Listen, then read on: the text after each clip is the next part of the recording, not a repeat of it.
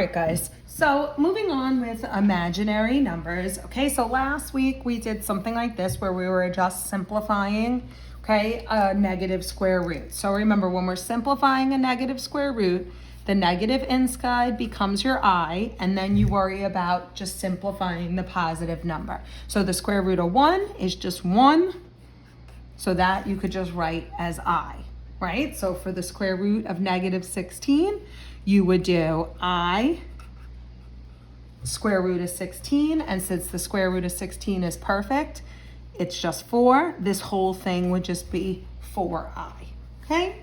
All right, so what I want to look at today is powers of I, okay? So powers of I is raising I to a power, right? Which we can use our calculator to help us out here if we want. So remember, the I button is second decimal point, okay? So right here, second decimal point. So if I do second decimal point, I get I.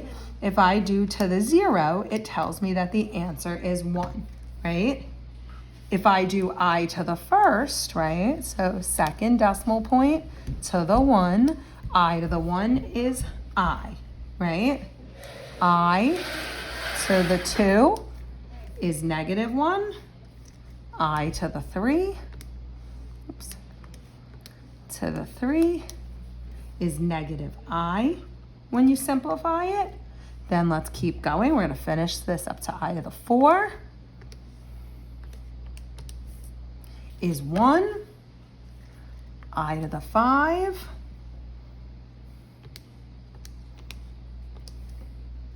is I. To the 6th is negative 1. Okay. And then we'll just finish with I to the 7 is, oops. Oh yeah, it does weird stuff. Okay, I to the 7 is negative I. Okay, all right, so sometimes the calculator gets a little funny, okay? So what you'll notice is, do you see there's a pattern here? So it's you see we have 1 I, negative 1, negative I. Then when we add, do you see when we go up to the 4th, it's the same pattern. 1 I, negative 1, negative I, right? So if I wanted to know what I to the 8th is, or I to the 9th, or I to the 10th, or I to the 11th, okay? I don't need my calculator to do it. Plus, with your calculator, once you type in stuff that gets pretty big, your calculator, some calculators will give you some weird stuff, okay? So here I know I to the 8th, I know is gonna be the same thing. It's gonna be 1 I, negative 1, negative I. So this pattern repeats itself every 4. So that means regardless of what power I put on the I, it's going to simplify to one of these 4 things, okay? So again, we could look at it like a clock. You know, people call this the imaginary clock. Starting with 0, right? Like this starts with 0, 1, 2, 3, and then you just keep going around. It would simplify to be 1 I, negative 1, negative I.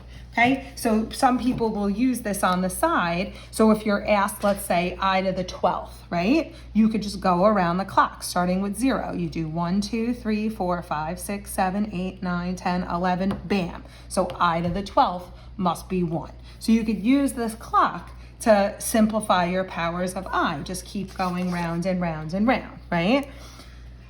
So we don't need this here. Let's just jump right to here, right? So I to the 5, right? So again, we already have it written down up here, but if we want to use the clock, right? So we start with 0 and we have 1, 2, 3, 4, 5, right? So that's going to be I, okay? I to the 12th, right? So again, we could use the clock, I to the 12th, right? So again, do you see no matter what? So this is, so if we go around, this is going to be this. So this is 1, 2, 3, 4, 5, 6, 7, 8, 9, 10, 11, 12. Do you see this is for multiples of 4? So every time I come up to the top, I'm going to hit a multiple of 4, right? So since 12 is a multiple of 4, I know it's the same as 1, okay? Now, when we get to big ones, like I to the 27, okay? I to the 27 is going to be a little annoying because do you really want to, starting with this, do you really want to count around 27 times, right? I don't know, I don't want to do that, right? So I might not want to keep going around 27 times, okay? So what you could do, there's a couple ways you could deal with I to the 27, okay? So multiple of 4. Is I to the 27 a multiple of 4? Okay, and it is not, right? So if you want, you could do a couple of things. You could say, all right, well, what's the next lowest multiple of 4, right? So is I to the 26th? So just drop down a number. Is 26 divisible by 4? No. Then go 25. Is that divisible by 4? Go 24. Is that divisible by 4? Okay. So the next lowest one that's divisible by 4 would be I to the 24. So start your clock at 24 because you know every multiple of 4 is going to land right here. Okay? So if I start here, right, I could start with 24, 25, 26, 27. Right? So you pick your multiple of 4 and then count the leftovers. So 24 would be here. Then you would have 25, 26, 27. It must be negative I. Okay? So I to the 14, right? I to the 14 is not a multiple of 4. So we're going to drop down until we hit a multiple of 4. So if I drop it down to 13, it's not a multiple of 4. If I drop it down to 12, 12 is a multiple of 4. So start your clock at 12, 13, 14. So that means I to the 14 is the same thing as negative 1. Okay? So again, even if you're not sure, like you see this is I to the 33 and you're like, well, is 33 a multiple of 4? I don't know. It's not. Now just go down to the most numbers you're gonna have to go down is 3 numbers. So it's really not that big of a deal if you have to do this. And do you see when you go down to 32, it goes in evenly? So again, that just means start your clock at 32 and then count until you get to 33. So do you see you'd only have to go 1 step? So that means that's the same as I. So just use this clock. Have this clock next to you, okay? I to the second is not, right, is one of these right here. So I to the second is you start at 0, just go 1, 2. That's negative 1. Okay, I to the 52, right? So first thing I do is check to see if 52 is divisible by 4. Do you see it is? So that means you stay at the top of the clock. What's at the top of the clock? 1. Okay, I to the 11th. With 11, you might, since it's not that far, with 11, you might just want to start here and go 1, 2, 3, 4, 5, 6, 7, 8, 9, 10, 11. Just go around 11 times until you get to negative I. Okay, so again, every power of I is either going to simplify to 1, I, negative 1, negative I. Right? Which is perfect for a multiple choice because those are your 4 choices in a multiple choice. So it's always going to simplify to one of those. It's just where it is in the rotation of 4. Okay? So let's practice a couple more of those. Okay? So I'll leave the clock out here on the side. Okay? So let's go with I to the 6. Since I to the 6 is small enough, first of all, I to the 6 is small enough where your calculator might just tell you what it is if you do it.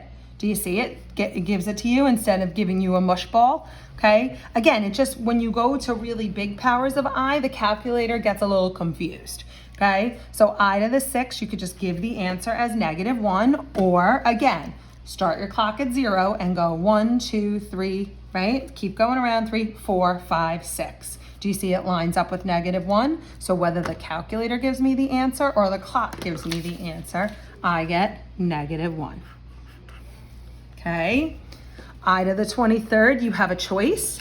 You could keep going around the clock 23 times if you want. Okay, so again, or you could do 23 divided by 4, drop down, 22 divided by 4, nope. 21 divided by 4, nope. 20 divided by 4. So the lowest number divisible by 4 is 20. So that means start your clock at 20. Right? So you do 20, 21, 22, 23, right? And we need 23, so that's negative I. Okay, next one is 28, right? So again, if you don't already know it, 28 is evenly divisible by 4, so it just stays at the top of the clock. Remember that these are your answers right here. Okay, so it's one of these 4 answers. Top of the clock is positive 1. Okay. All right, so that's that. So, and then if we just look at, again, these ones where you just have to do multiple simplifying, okay? So again, I to the 5 is small enough where we could use our calculator to say it's I.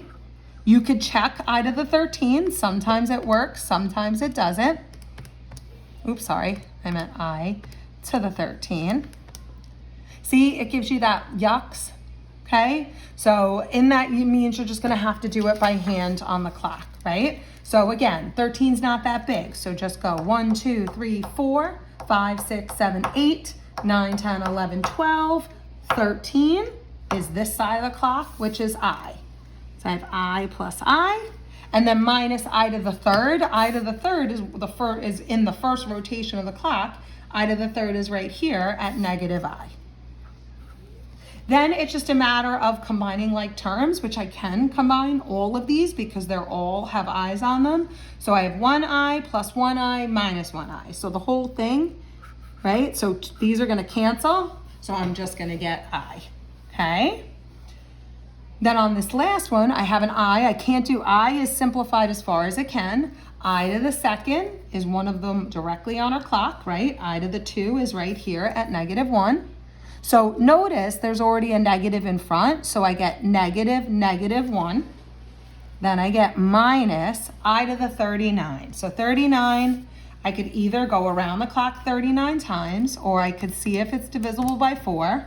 And if it's not, I could just keep dropping down. 38, nope. 37, nope. 36, yes. Remember, you're just gonna have to, the most you'll have to drop down is 3. So if I start my clock here at 36, this is 37, 38, 39.